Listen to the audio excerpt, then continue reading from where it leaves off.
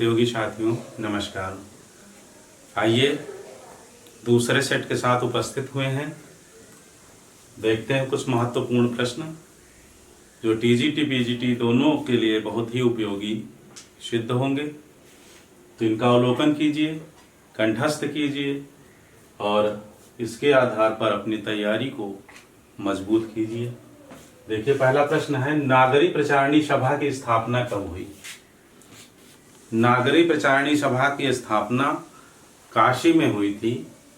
बाबू श्याम सुंदर दास और उनके दो मित्र राम नारायण मिश्र तथा शिव प्रसाद सिंह के सहयोग से सन 1893 ईस्वी में नागरी प्रचारणी सभा की स्थापना 16 जुलाई सन 1893 16 जुलाई 1893 ईस्वी को काशी में हुई थी। ठीक है। हिंदी भाषा एवं साहित्य तथा देवनागरी लिपि के प्रचार प्रसार के लिए इसकी स्थापना की गई थी। दूसरा प्रश्न देखते हैं, 84 वैष्णव की वार्ता का संबंध किस संप्रदाय से है?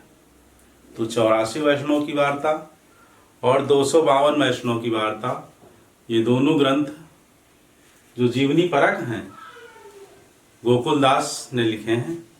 गोकुलदास विट्ठलनाथ के पुत्र हैं।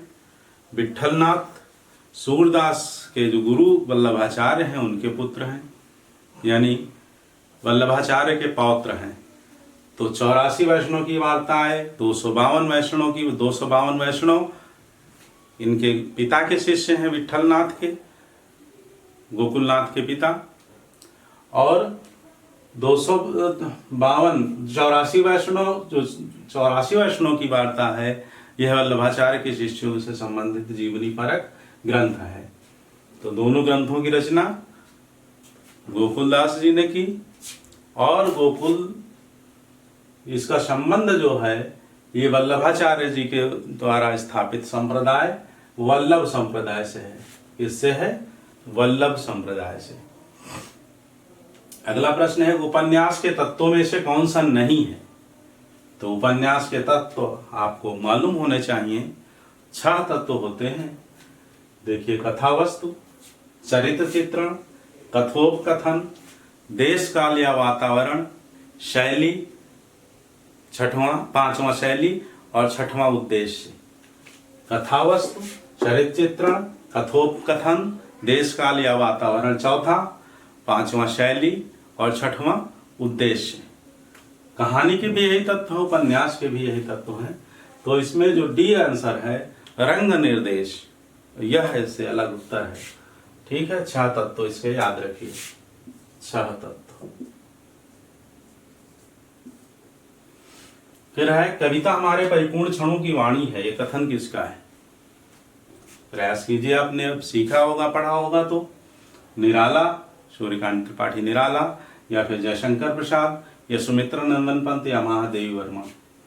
कविता हमारे परिपूर्ण क्षणों की वाणी है, यह पंत का कथन है। किसका कथन है? पंत का कथन।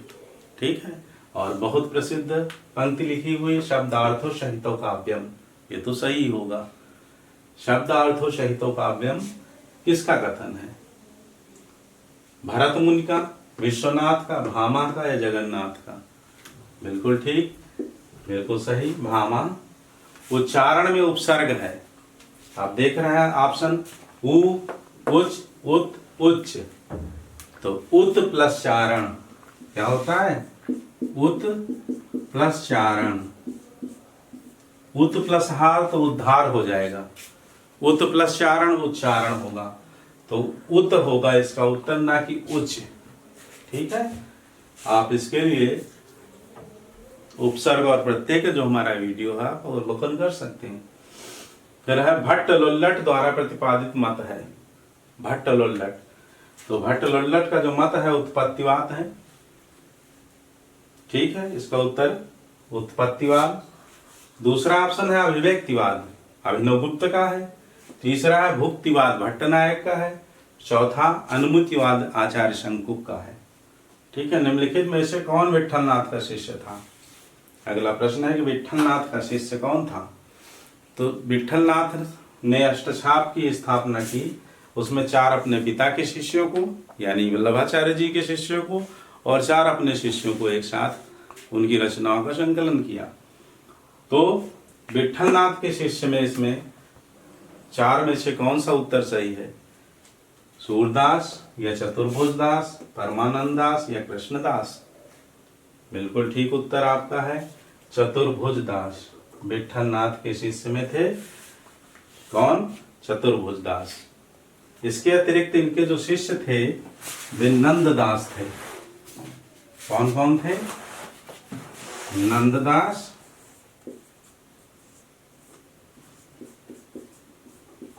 दूसरा चतुर्भुजदास, तीसरा बहुत आसान है चतुर्भुजदास दूसरे पे, चलो यही लिख देते हैं चतुर्भुजदास, तीसरे पे गोविंद स्वामी और चौथे पे छीत स्वामी। अष्टछाप के कवियों में 4 तो ये हो गए नंददास, इनके विट्ठलनाथ के शिष्य नंददास, चतुर्भुजदास, गोविंददास, छीत स्वामी। ठीक है। अब यहां आप देख रहे हैं 3 उत्तर सूरदास, परमानंददास और कृष्णदास। तो ये किसके शिष्य हो गए? ये वल्लभाचार्य के हो गए। एक इसमें बच रहा है 4 में से चतुर्भुजदास, तो नंददास के शिष्य हैं। तो कौन बच रहा है? कुंभनदास। जो ये चौथे हैं सूरदास के में से, तो कुंभनदास। कुंभनदास, सूरदास, परमानंददास और कृष्णदास, ये 4 शिष्य विट्ठलनाथ के हैं। उसके बाद नंददास, चतुर्भुजदास, गोविंद स्वामी और छीत स्वामी, 4 विट्ठलनाथ के। तो 8 हो गए अष्टछाप के कवियों में से। इसके अतिरिक्त अगर नाभादास नाम दे दिया जाए तो वो उत्तर गलत होगा। कभी कभी प्रश्न इस तरह से भी बनता है कि अष्टछाप के कवियों में से कौन नहीं है, और दिया रहेगा नंददास, परमानंददास, चतुर्भुजदास और नाभादास, तो आपका उत्तर होगा नाभादास। तो 8 कवियों के नाम आपको याद हो गए होंगे। आगे बढ़ते हैं। कंधा का तत्सम है, तत्सम तद्भव का भी हमारा वीडियो है, लिंक डिस्क्रिप्शन में दे दिया जाएगा, आप देख सकते हैं। कंधा, तो कंधा का होगा स्कंध, बी सही है। इस तरह से नहीं लिखा जाएगी, गलत है लिखने का तरीका। फिर है गणेशाय नमः में प्रयुक्त विभक्ति है, तो नमः स्वस्ति स्वधा स्वाहा अलम वषट, कौन सी विभक्ति होगी? चतुर्थी विभक्ति। याद रखिए सूत्र विभक्तियों के, और इन पर एक प्रश्न अवश्य आता है कभी कभी, अभिता वरिता समयानिक्षा प्रतियोगी द्वितीया। यहाँ चतुर्थी विभक्ति, एनांग विकारा तृतीया विभक्ति होती।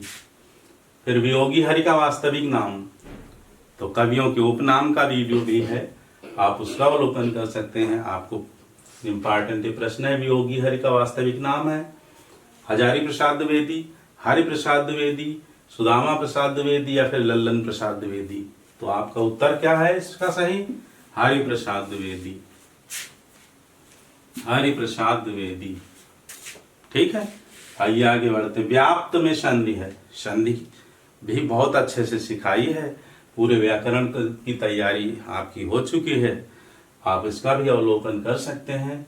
वी प्लस आप्त, वी प्लस आप्त, और इसमें ई और आ का मेल हो रहा है, और क्या हो रहा है? या हो रहा है, और आ बड़ा मात्रा लगा है, व्याप्त,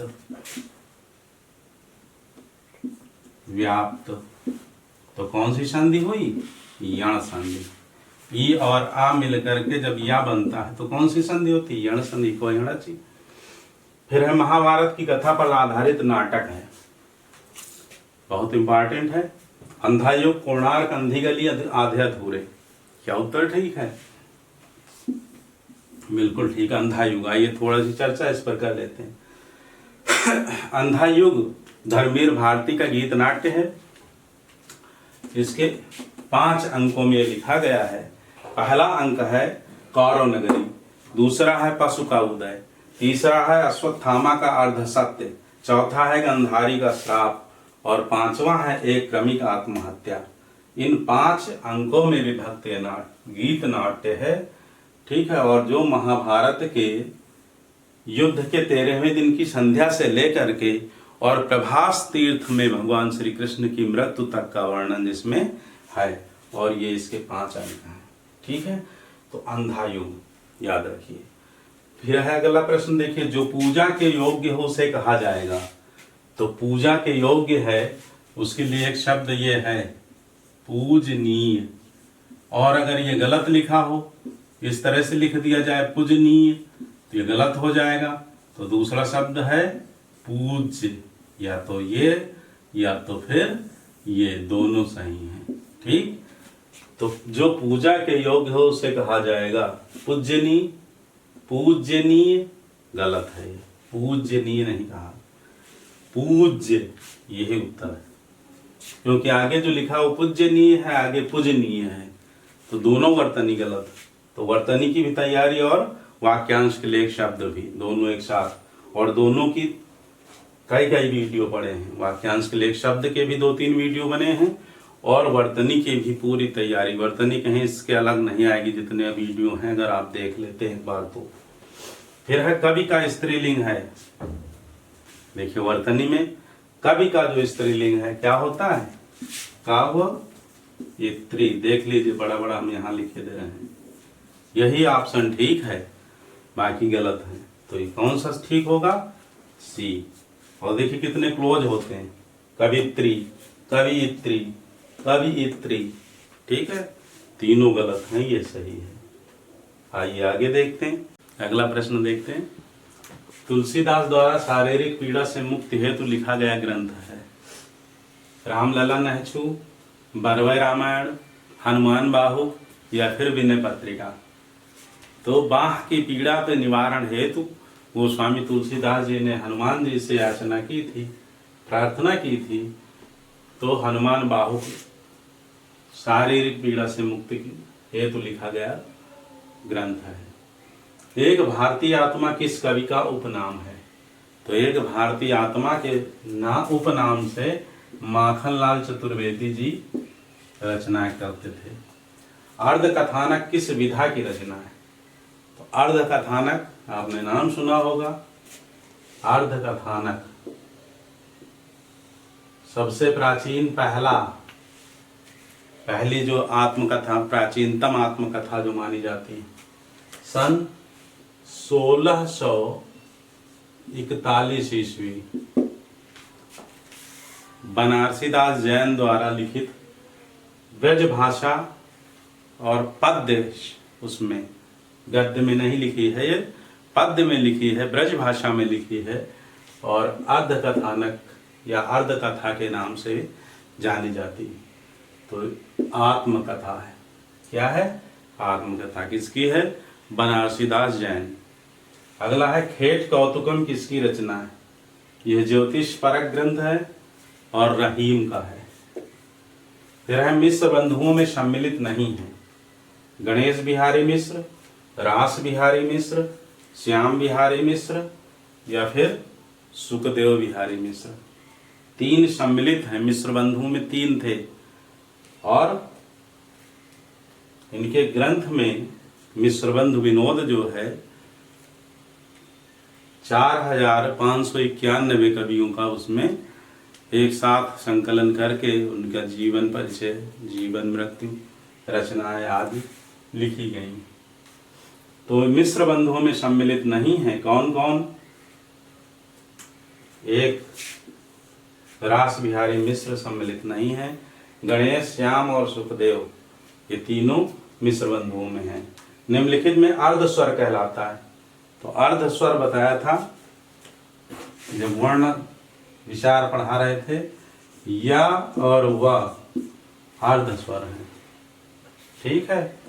ला जो है पार्श्विक और रा लुंठित, ठीक। तो या इसका आपका यह उत्तर होगा। फिर है पश्चिमी हिंदी की बोली है। तो पश्चिमी हिंदी की बोली में कौन कौन सी आती हैं। एक तो खड़ी बोली जिसे कारेवी कहते हैं, दूसरी कन्नौजी आती है। तीसरी, कन्नौज के बगल में बुंदेलखंड है, बुंदेली आती है। चौथी, ब्रज भाषा आती है। और पांचवी, हरियाणवी आती है।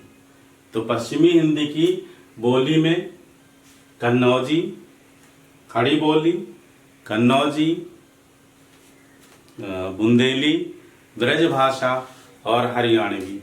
तो उत्तर आपका क्या होगा? कन्नौजी। यहाँ एक दी है, 3 नहीं है। फिर है उत्तर कबीर पर व्यास सम्मान पाने वाले रचनाकार। उत्तर कबीर और अन्य रचनाएं। व्यास सम्मान, व्यास पुरस्कार, ज्ञानपीठ पुरस्कार, इन सब पर अलग अलग वीडियो बने हुए हैं, आप उनका अवलोकन कर सकते हैं बेहतर तैयारी के लिए। इसका उत्तर क्या होगा?